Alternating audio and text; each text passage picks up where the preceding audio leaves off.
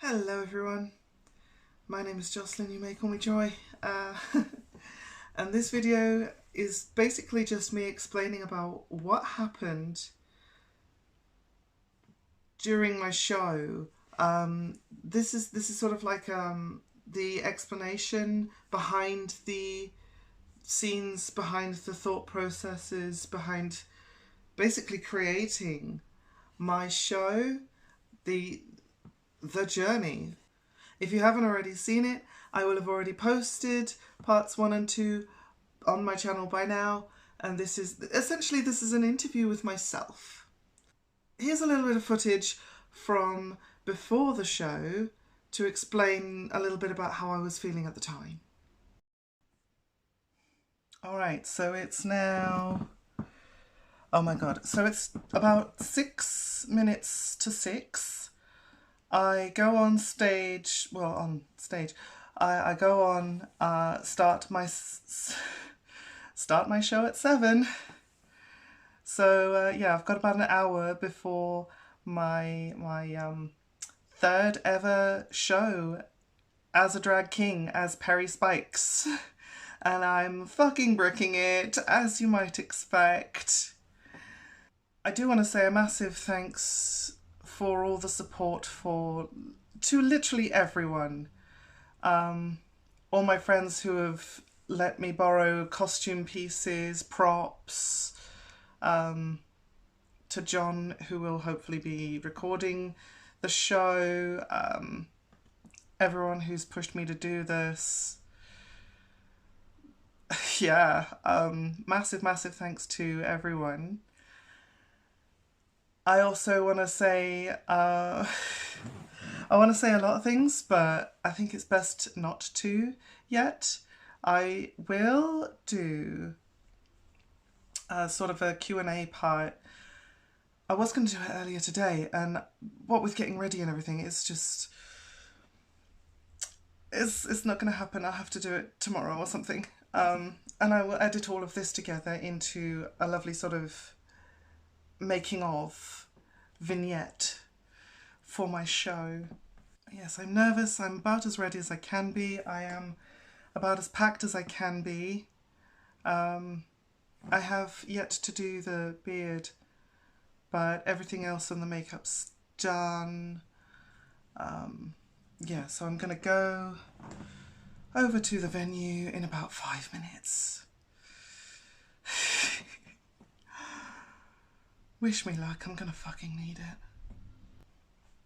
Something that I'm gonna be keeping in mind for tonight is a quote from the Buddha. So I saw this on a wall hanging. It was a couple of days ago, and it says, "Aim for success, not perfection." And that's the idea, that's the energy that I'm going to bring with me today. I'm going to try and remember that.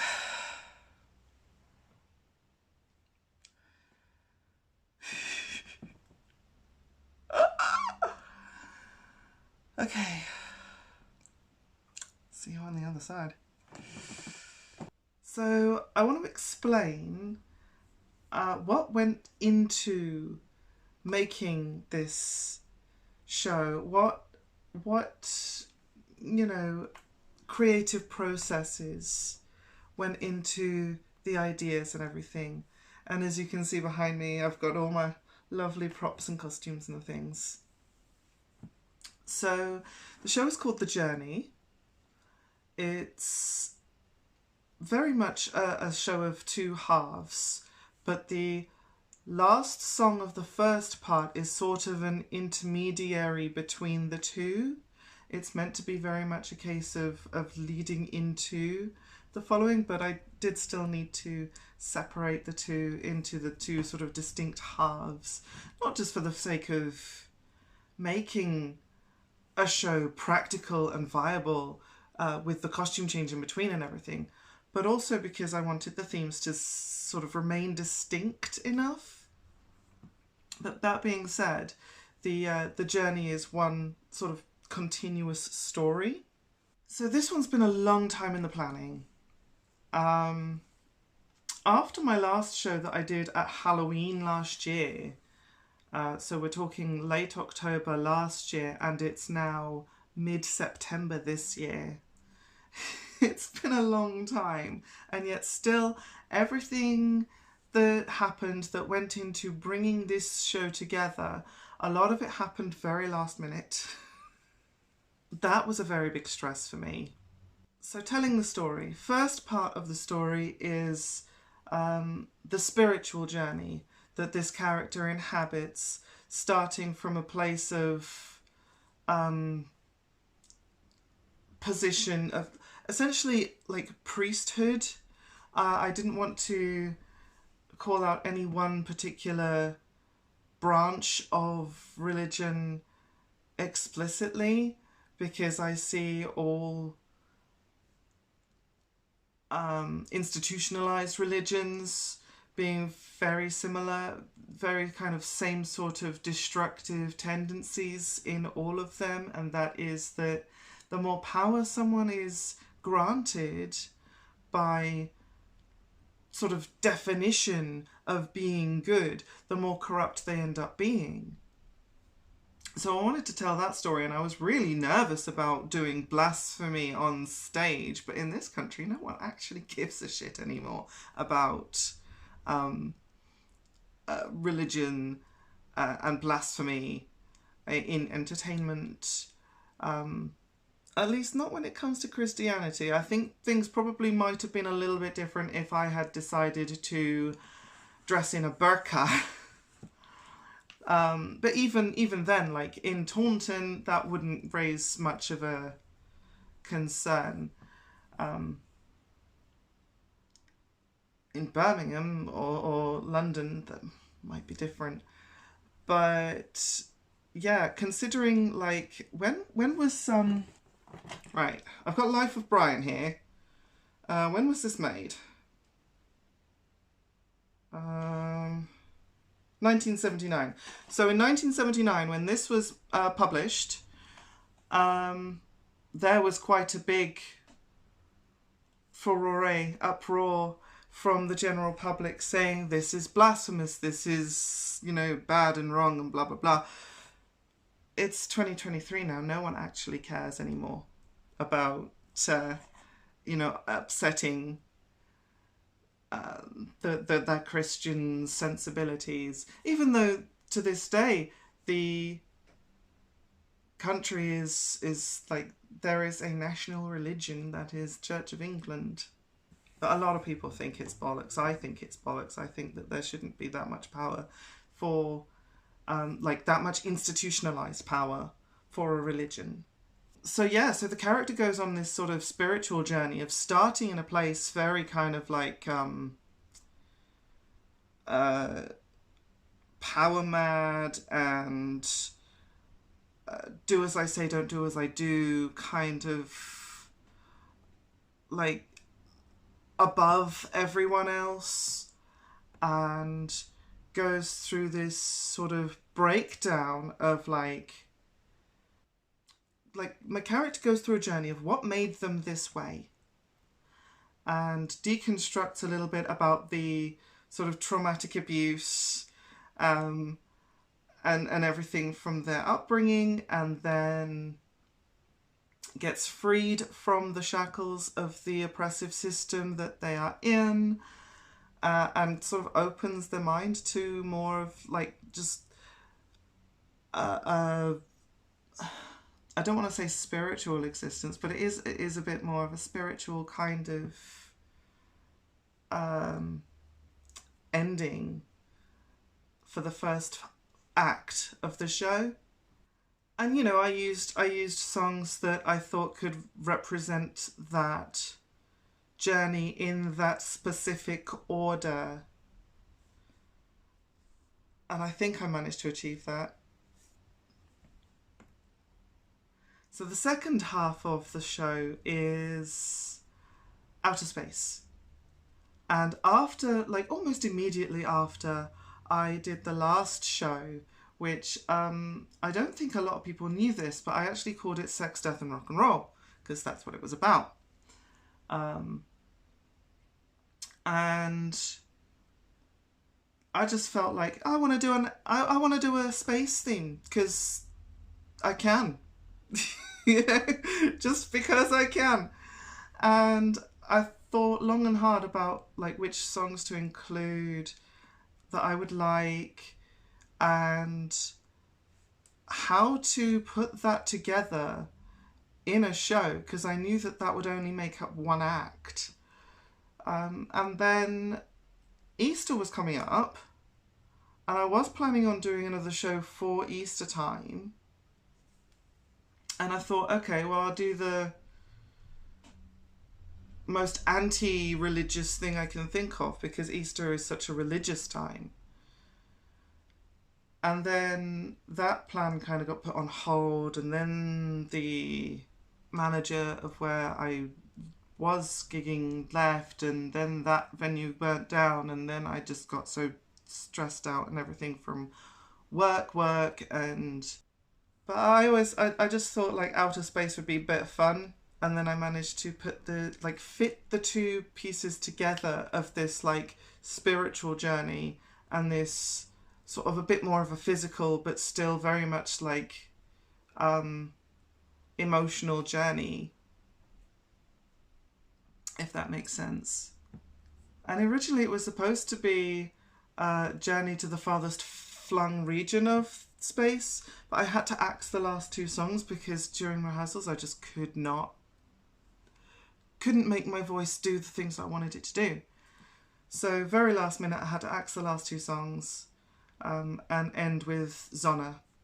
So I just crashed into the centre of the sun instead. So the character leaves Earth again in sort of a metaphorical way, and travels through space. So this was another Pride event, and that's the reason why they booked me for this particular day, because they already had another act booked for after me. So I started very early. I started at 7 that night, and the other act was already booked to go on at 9. And her name's Valerie. Her drag name is Valerie, and she's very good. A bit more sort of traditional drag. Whereas mine's very... I think it's kind of blowing a bit too much smoke up my own ass if I say that my show is avant-garde, but it kind of is within the medium of drag anyway, which is already a very kind of left of centre unusual twist of performance.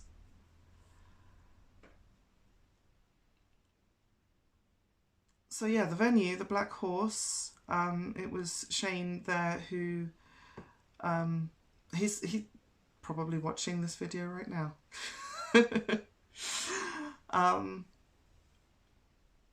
Has seen the recordings of my other shows, and we did talk about it a little bit, and then he talked about the upcoming Pride event, and I said, well, do you want another drag act? And he said yes, so that's what I did. Because I already had this show mostly put together by then, the set list anyway, so we booked it with like a month to go, and that month was one of the most difficult, stressful times of my entire life, because I've already, like, on top of trying to make this show happen, I also had stress from work, getting constantly worse to the point where I quit work, and I will make a video about that topic as well, because there's a lot that went into that whole thing. So yeah, I quit my job. I quit my day job. Not just for the sake of this show. There's a lot of reasons. So yeah, I had the Borg Eye. I've had that for absolutely years. I've been waiting and waiting and waiting for so long for an opportunity to wear that again. The megaphone I had for the last show. Some of the clothes I've had for ages. Some of the props were gifts that just happened to be given at the right time. I borrowed the cock, the big plastic cock, from a mate of mine who I know from the pub sort of circuit, and I need to return that. The set list kind of changed very last minute because I axed the last two songs, and then the show kind of felt uneven. Like the first half was sort of a bit top heavy, longer compared to that, but it's fine because they needed to break down the equipment anyway, and it worked out. The emails as well, like Shane gave me his email address, so I emailed him the set list, and then he didn't get it straight away, so I had to send it again. It's like, oh my god, like, please, you know, I hope this technology fucking works for us. And the cloak. So the cloak has its own story. So this is the cloak that I wore on stage. It's just a plain black cloak with a hood. Haven't even washed it yet. And this is something that I borrowed from a friend of mine who later said, oh, you know, just keep it. Literally the day before the show. A couple of months ago, when I was first putting this show to, like, properly putting it together, I ordered something online that was a bit more flashy, had like an upside down crucifix embroidered on it, and all that sort of stuff. And it got delivered to the wrong address. And I chased up Every, which is the new old Hermes. Nothing has changed except the name. They're still as useless as ever. So I chased them up, and they basically passed the buck and said, I'll contact the distributor. So I contacted the distributor, and they said, well, it's not our fault, it's not our problem. Why don't you try the manufacturer? So I sent a message to the manufacturer, and they wanted a reply within 24 hours of this detail, that detail, that detail. I'm like, no, that's not possible, especially because I was still working at the time and I had to do a shift. And I lost out on £23 because of a cloak that didn't arrive. Because Every is a pile of shite. Absolute pile of wank. Never ever trust the company Every. Alright, so I'm going through my paperwork right now after I've recorded the video that you're seeing now, and I've just found this. So this is a sort of slip saying your delivery thing wasn't delivered, blah blah blah. This is the shit that you get with Every. As if to prove my point, this is the shit that you get with Every. It has absolutely zero details filled out on it. What is the point? What is the point? Absolute dog shit company. I think they must have changed their name from Hermes just to try and dissociate away from their horrible reputation that they haven't fixed at all. So anyway, then my best mate and I, we went to Bridgewater because there's no costume shops in town, in Taunton. So I did a quick Google search and said, oh, look, there's one in Bridgewater. There's a costume shop in Bridgewater. Okay. So he had personal circumstances I'm not going to go into, but let's just say it was bad. I had my own personal circumstances with stress and work and health like issues all compounding at the same time. And we were going to go on the Wednesday to this shop. And then my doctor's appointment got moved from the morning to the afternoon. So after that appointment, there would have been just no time to go onto the train into Bridgewater Town and get to the shop on time. So I thought, right, okay, we'll go on the Thursday instead. Got there on the Thursday, and there's a sign on the shop, like on the front door, that says closed due to holiday from the 14th to the 16th. The 14th was that day. So if we'd gone when I originally wanted to on the Wednesday, it would have been open. But it was closed the day that we got there, and it was closed until the day of the performance, which doesn't freaking help me. Not that they were guaranteed to have the right thing anyway. So many setbacks with that one bloody cloak. And that's how I ended up with just the plain black. Because I raided Tony's wardrobe, and he just happened to have something that was more suitable than anything else I had. Because if it wasn't for that, it was going to have to be a long black coat in sweaty lights and pub environment and humid weather and everything. Oh my God, that would have been awful. What happened on the night? So I didn't really rehearse anything with Shane, which I think might be a bit evident from the actual footage. But it all went together pretty much mostly as I had practiced. I was super fucking nervous. So damn nervous getting onto that stage. And after the first 10 seconds or so, all of the nerves vanished. And then I was able to just do it. And I just fell into it a little bit. Because it's basically because I practiced so much in that past month, I'm really focused on getting the songs sounding right. I was able to then just autopilot almost. I still had to be aware of people around me. I still had to be aware of words on the screen in front of me. I had to be aware of I couldn't work out where to hold the microphone because I can't hear what the audience hears when I'm in that position. I don't have an earpiece or anything. It's not like it's £100 a ticket sort of production. I'm not Kylie Minogue.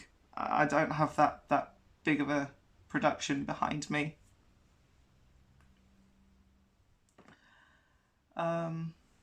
And the show, doing the show itself actually was kind of easier than I expected because of all the practice that I did.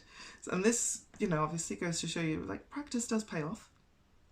So if you're doing something like this, do put the work in and you get the results out. I wasn't really sure about the audience reaction. I didn't feel the energy coming from them the same way that I did the previous time.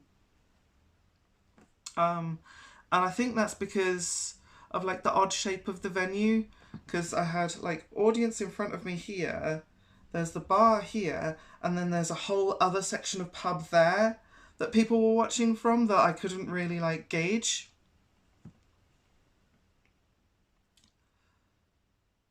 But everyone I spoke to said that they really enjoyed it, they really liked it. Of course,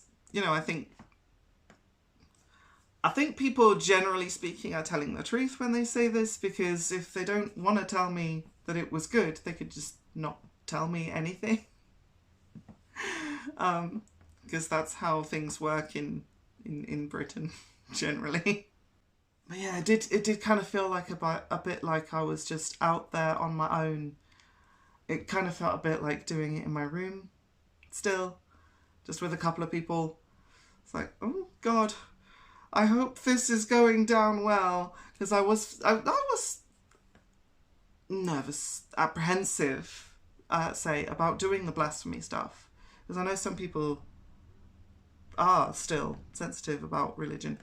The most mortifying part of the entire thing for me was when I strapped on this plastic cock underneath my robe, and then a child walked in. And I thought, oh fuck, this is why I should start at 9.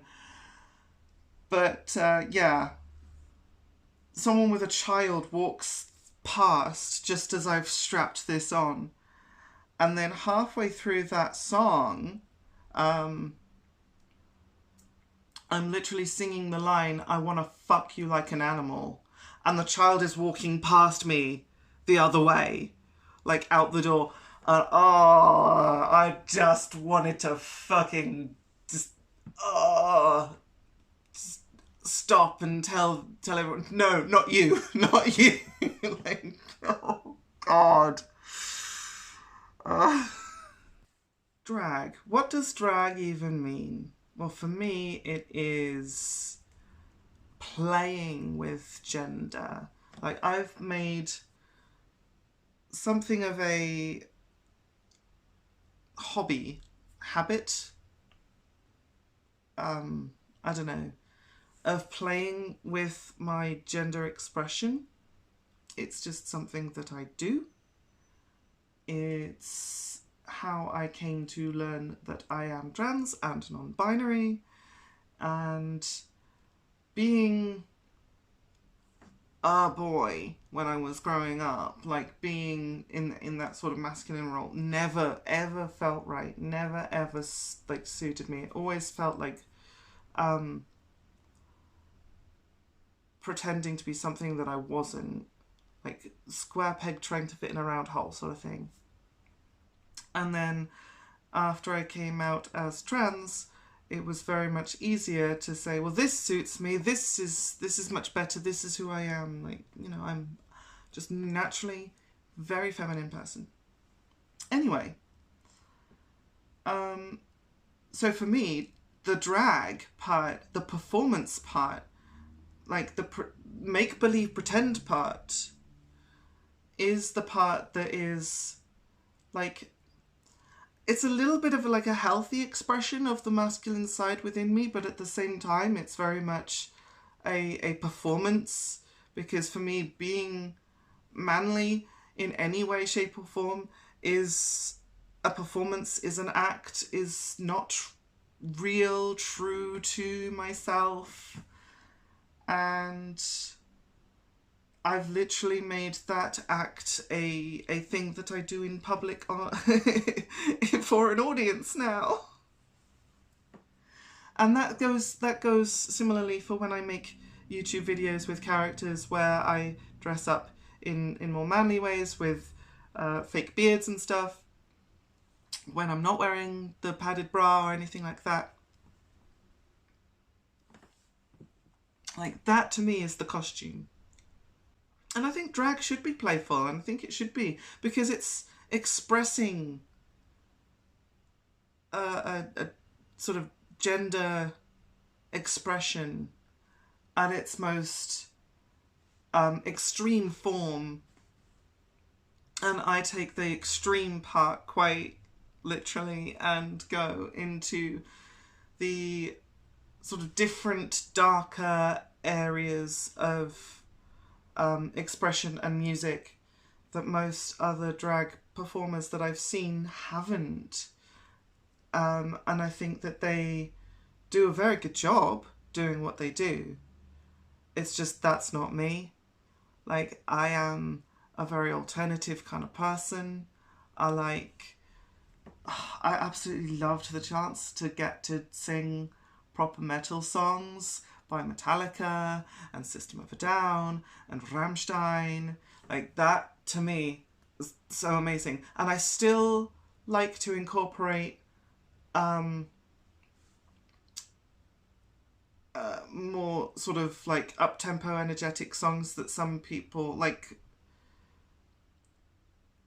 It's supposed to be unexpected. It's supposed to be like a whirlwind of things. Like, this is very dark, and then boom, this is actually quite cheery. But actually, if you think about the lyrics, it's quite sort of sinister.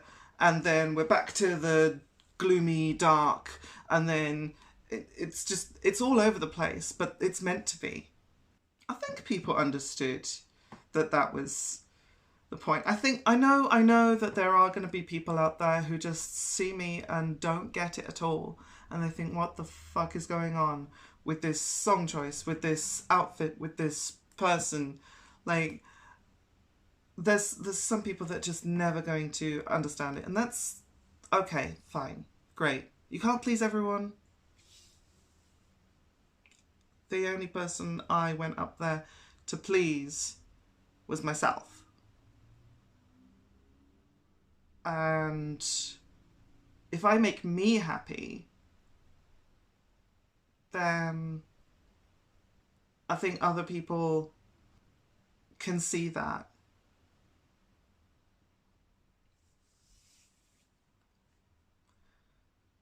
Anyway, I want to end this by saying a massive thank you to everyone.